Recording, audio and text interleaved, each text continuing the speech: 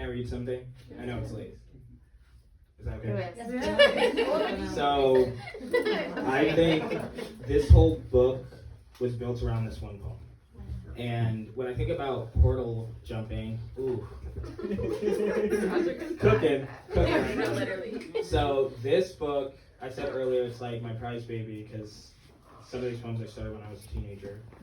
I think this book jumps through or into the portal or from the portal of like, I started this reimagination of boyhood because this was in the pandemic when I started organizing these poems.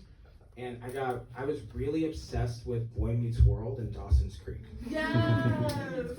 Yes, and there was a podcast about black men revisiting Boy Meets World. Wow.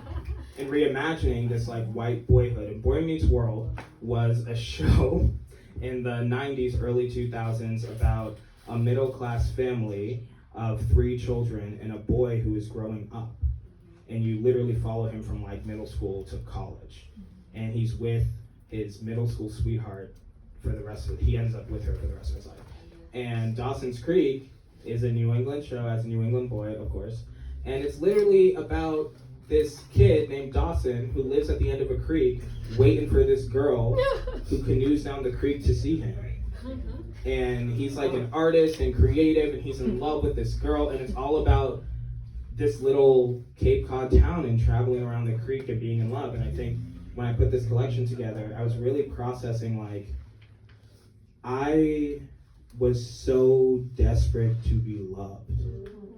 And when I reimagined boyness, I always used to say to myself or think to myself, I don't think I said it out loud, like, if I were a boy, like, I'd have that partner I wanted. If I were a boy, I'd have this different social reality at high school. If I was a boy, maybe I wouldn't be bullied. Like, if I was a boy, if I was a boy, if I was a boy. And this book kind of came out of this idea of like, if I was a boy, would this be different?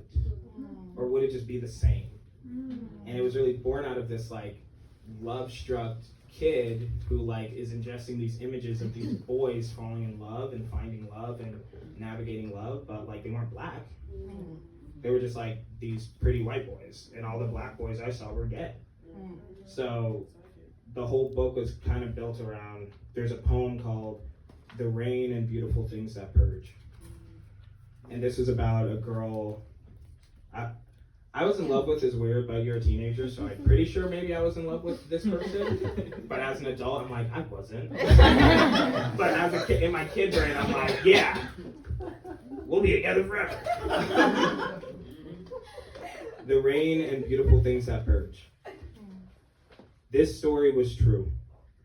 There was a girl out there that binged on her mom's leftover projections. I wanted to spike her with sunshine, make her blackouts look like dawn. I felt like a dead labyrinth of word search puzzles.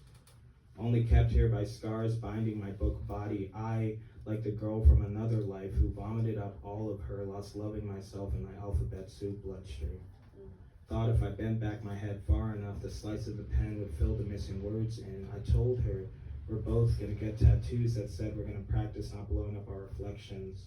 There's enough bad luck out there without our help, and our mirrors deserve better treatment than that. She once asked me, write me a poem about loving my body. Please, I need it. Or about not losing control, or overthinking, about overeating. She found the poem. I don't know if she found it in the dark at the end of everything she let out. Knowing her, she wrote her own way into the light. There will always be something there, beyond the color by number of constellations, to dress our infinity arms like Christmas trees when we choose to reach for hope. I am still learning how to wear the cape. I am not an answer messenger. I am still learning. Her smile reaches both ends of hello, and that is what love sounds like when it comes home.